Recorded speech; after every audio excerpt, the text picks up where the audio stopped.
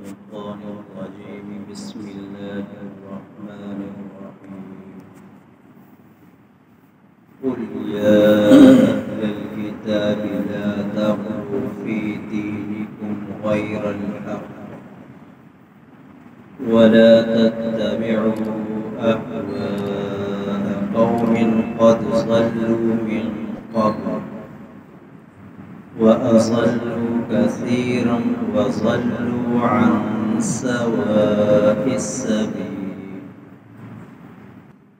سورۃ مائدہ آیت نمبر 77۔ فرمایا اے اہل کتاب لا تغلوا فی دینکم، اپنے دین میں مبالغہ نہ کرو، غلو نہ کرو، غیر الحق، وہ غلو جو ناحق طریقے سے، ولا تتبعوا اهواء قوم قد ضلوا، اور ایسی قوم کی اتباع نہ کرو جو قوم گمراہ ہو چکی ہے، خود بھی گمراہ ہو چکی ہے، بہت سو کو گمراہ کر چکی ہے، کر رہی ہے، اور وہ سیدھے راستے سے ہٹے ہوئے ہیں۔ اب یہاں پر فرمایا لا تغلوا فی دینکم، اپنے دین میں مبالغہ نہ کرو۔ غلو کیا چیز ہے؟ غلو یہ ہے، معارف القرآن کے اندر جامع تعریف لکھی گئی ہے کہ اعتقادات اور اعمال کے اندر جو شریعت نے حد رکھی ہے اس حد سے بڑھ جانے کو غلو کہتے ہیں۔ شریعت نے ایک عقیدہ دیا ہے، عقائد کے اندر ایک حد بندی ہے کہ جو رب کا مقام ہے وہ کسی اور کا نہیں ہو سکتا، جو نبی کا مقام ہے وہ ولی کا نہیں ہو سکتا، جو ولی کا مقام ہے وہ عام انسان کا نہیں ہو سکتا۔ اب اگر غلو کر دیا کہ ایک ولی کو نبی کا مقام دے دیا اور ایک نبی کو خدا کا مقام دے دیا، یہ غلو ہے۔ جیسے کہ نصارہ نے نبی کو خدا کا مقام دے دیا، حضرت عیسیٰ علیہ السلام کو خدا بنا کے بیٹھ گئے، اور یہود جیسے حضرت عزیر علیہ السلام کو خدا کا بیٹا بنا کے بیٹھ گئے، اور امت محمدیہ کے اندر بھی کہ ہم کسی ولی کو نبی کا مقام دے دیں، یہ بھی اسی طریقے سے غلو ہے۔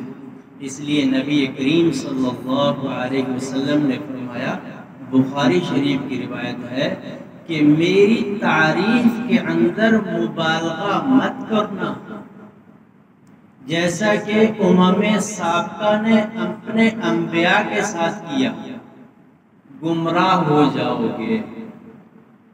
بہت سی من گھڑت روایتیں پیش کی جاتی ہیں کہ جب حضرت آدم علیہ السلام کو جنت سے نکالا گیا، دنیا میں بھیجا گیا، تو حضرت آدم علیہ السلام نے عرش معلیٰ کے نیچے ایک کلمہ پڑھا، اور وہ یہاں دنیا میں آئے، انہوں نے اس کلمے کو دہرایا تو دعا قبول ہو گئی، توبہ قبول ہو گئی۔ وہ کلمہ لکھا ہوا تھا لا الہ الا اللہ محمد رسول اللہ۔ یہ روایت غلط ہے۔ حضرت آدم علیہ السلام دنیا میں آئے اور نبی کریم صلی اللہ علیہ وسلم کا واسطہ دیتے رہے۔ اللہ نے فرمایا میں نے تو اس کو ابھی پیدا ہی نہیں کیا، آپ ان کا واسطہ کیسے دے رہے ہیں؟ آپ کو اس کی ذات کیسے معلوم؟ فرمایا کہ میں نے جنت کے ہر ہر پتے پر لکھا ہوا تھا، دیکھا لا الہ الا اللہ محمد رسول اللہ۔ غلط روایت ہے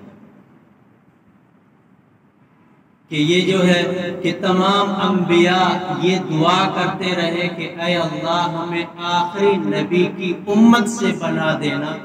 غلط روایت ہے۔ نبی کا مقام امتی کا مقام کیسے برابر ہو سکتا ہے؟ نبوت سے بڑھ کر نعمت اور کیا ہے اس دنیا میں؟ تو ایک نبی کیسے کہہ سکتا ہے کہ میں اس نبی کے آخری نبی کی امت ہو جاؤں، مجھے نبوت نہ ملا؟ غلط ہے۔ تو یہ غلو ہے، یہ مبالغہ آرائیاں ہے۔ نبی کریم صلی اللہ علیہ وسلم سے محبت ایمان کا حصہ ہے، جزو جان ہے، لیکن پیارے پیغمبر کی اتنا تعریف کرنا کہ دوسرے انبیاء کے مقام ہیچ ہونے لگے، تھوڑے سے کم نظر آنے لگے، جائز نہیں ہے۔ ہاں اس طریقے سے پیارے پیغمبر کی تعریف کی جائے کہ دوسرے انبیاء کی تعریف میں کوئی کوتاہی، کوئی تنقیص نظر نہیں آنی چاہیے۔ پیارے پیغمبر کا امام الانبیاء ہے، سرتاج الانبیاء ہے، یہ اس طریقے سے اضافی کلمات کہہ دینا یہ ہے نہیں۔ اب یہ کہنا کہ حضرت آدم علیہ السلام نبی کریم صلی اللہ علیہ وسلم کے مقام تک نہیں پہنچ سکتے، حضرت نوح علیہ السلام پیارے پیغمبر کے مقام تک نہیں پہنچ سکتے، حضرت عیسیٰ علیہ السلام پیارے پیغمبر کے مقام تک نہیں پہنچ سکتے، یہ تنقیصی پہلو ہے۔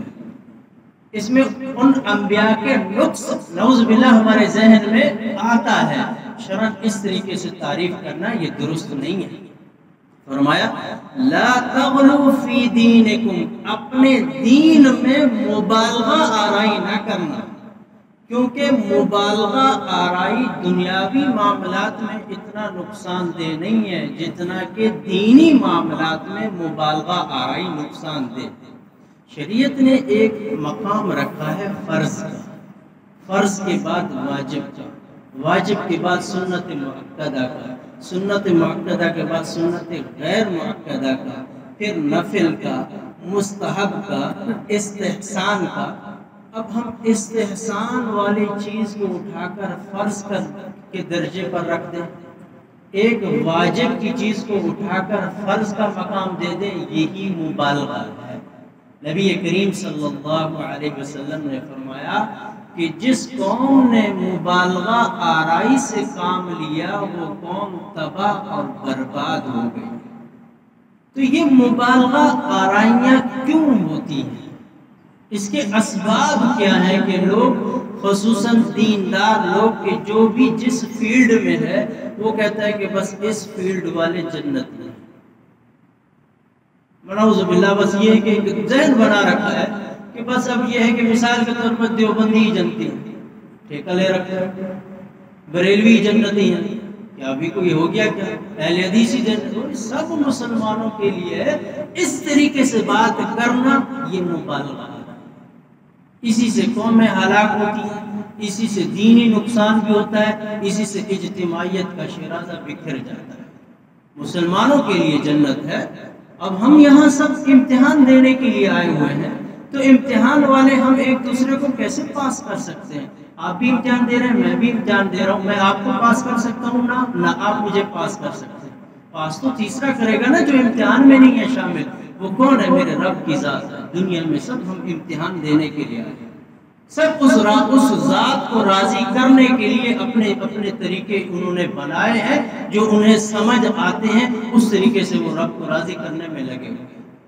چاہے وہ نماز جس طریقے سے بھی پڑھ رہا ہے، یہاں اوپر سینے پہ ہاتھ باندھ رہا ہے، ناک پر ہاتھ باندھ رہا ہے، رفع یدین کر رہا ہے، نہیں کر رہا، کچھ بھی کر رہا ہے، وہ بھی اپنے رب کو راضی کر رہا ہے، اور جو نہیں کر رہا وہ بھی اپنے رب کو راضی کر رہا ہے۔ امتحان دینے کے لیے آئے ہیں، ایک دوسرے کو پاس فیل کرنے کے لیے ہم یہاں نہیں آئے ہیں۔ تو انہیں فرمایا لا تغلو فی دینکم، اپنے دین میں مبالغہ نہ کرنا۔ یہ دین میں مبالغہ کیسے ہوتا ہے، اس کے کیا اسباب ہیں؟ سب سے پہلی چیز دین کے اندر مبالغہ آرائی کی وہ جہالت ہے۔